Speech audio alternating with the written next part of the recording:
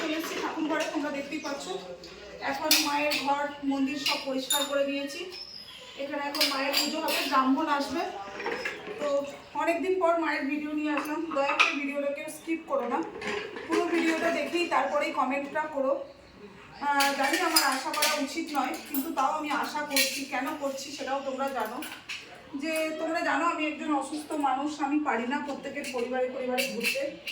একটা সময় গেছে দিনকে রাত ভাবিনি, রাতকে দিন ভাবিনি, সব সময় প্রত্যেকের পরিবারে থেকেছি, গেছি।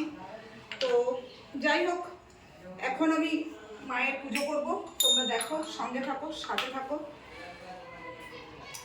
এখানে দেখতে পাচ্ছ সব ফুল টুল মায়ের পরিষ্কার করে দিয়েছি। এখন মাকে আমি নতুন সাজে একটু সাজিয়ে দেবো।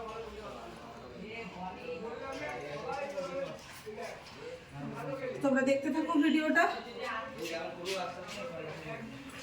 একটু মাকে সাজিয়ে দিচ্ছি। মায়ের মন্দিরে এসেছি, মাকে একটু না সাজালে হয়? ফুলেতেই ঠাকুর সুন্দর, বুঝেছো? ঠাকুর বলে না আমাকে ভালো মন্দ খেতে দে। ঠাকুরকে যদি তুমি একটুখানি ফুল বেলপাতা দিয়ে পুজো করো, বা কিছু না পেলেও যদি একটু তুলসী পাতাও দাও, তাতেই কিন্তু ঠাকুর সন্তুষ্ট। আর ঠাকুরকে খুঁজতে যেতে কোনো মন্দির মসজিদে গির্জাতে যেতে হয় না। বলে না ভগবানকে খুঁজতে যেতে হয় না রে ভাই মন্দিরে, ভগবানকে খুঁজে দেখ আছে তোদের অন্তরে। তো সেরকম আমি অন্তর থেকে আমি যেখানেই যাই না কেন, আমি সবসময় চেষ্টা করি মায়ের। আর এখানে চলে এসো, তোমরা দেখে নাও বন্ধুরা। দেখো আমার কৃষ্ণকালী মা। জয় কৃষ্ণকালী মায়ের জয়, জয় কৃষ্ণকালী মায়ের জয়। আমি কিন্তু মায়ের পুজো ভক্তি করেই করি। তো এখানে আমি কৃষ্ণকালী মাকে নিয়ে এসেছি আমার বাড়িতে, এবং মায়ের ভক্তি করে মায়ের পুজো করি। তোমরা দেখতেই পাচ্ছ। জয় কৃষ্ণকালী মায়ের জয়। যারা নানা রকমভাবে গুজব রটাচ্ছ কৃষ্ণকালী মা ভণ্ড, কৃষ্ণকালী মায়ের কোনো কাজ হয় না, তাহলে এত লক্ষ লক্ষ মানুষের কেন ভিড় তোমরা বলতে পারো কি? তোমরা আমাকে একটু বলো, এত লক্ষ লক্ষ মানুষের ভিড় কেন?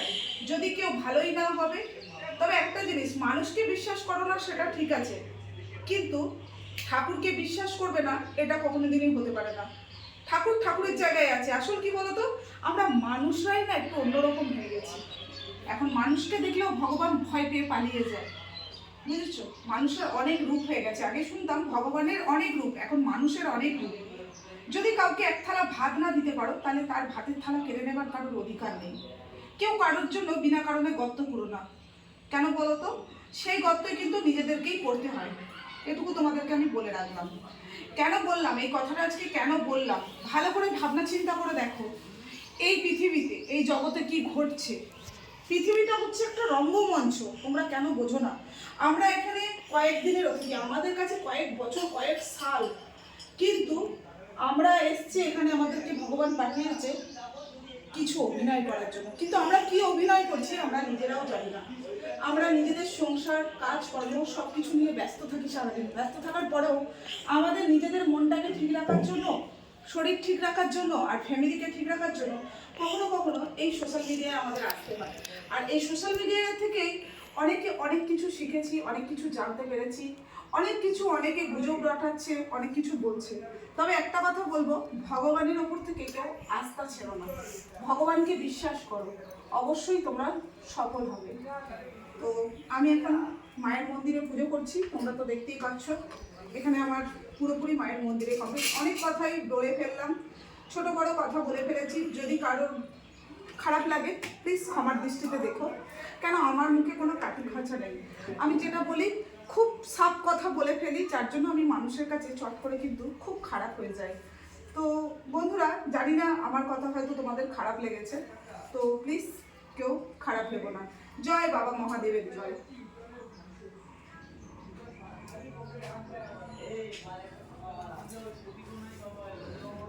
আমি মায়ের পুজো করি তো মিথ্যা কথা বলি না, মিথ্যা কথা বলা মহাপাপ।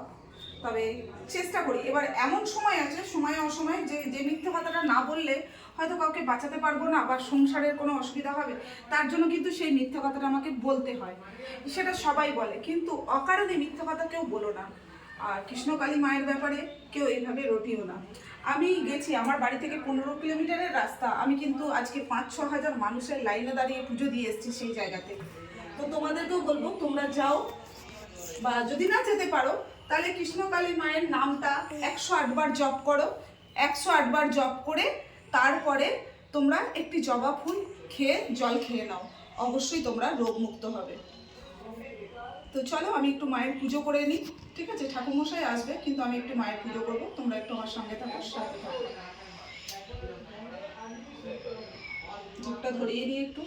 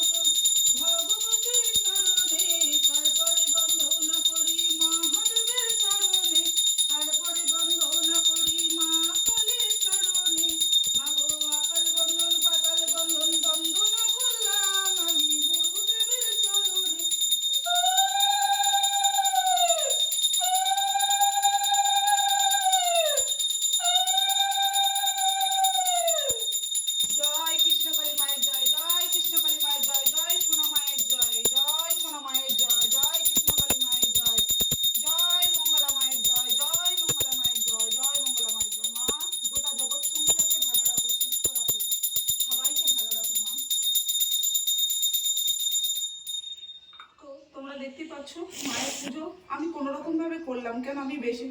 আর তোমরা হয়তো বলবে যে তুমি শাড়ি পরো না কেন?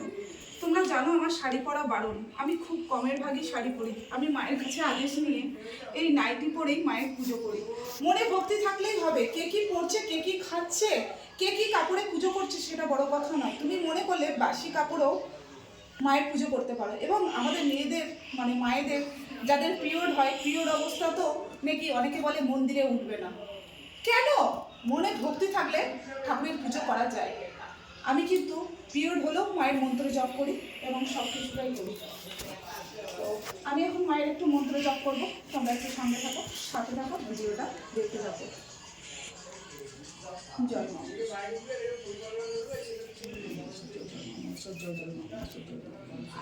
আজকের ভিডিও এই পর্যন্তই। সবাই বলুন জয় মা মনসার জয়, জয় মা কৃষ্ণকালীর জয়। সবার মঙ্গল করো মা, সবাই ভালো থাকো।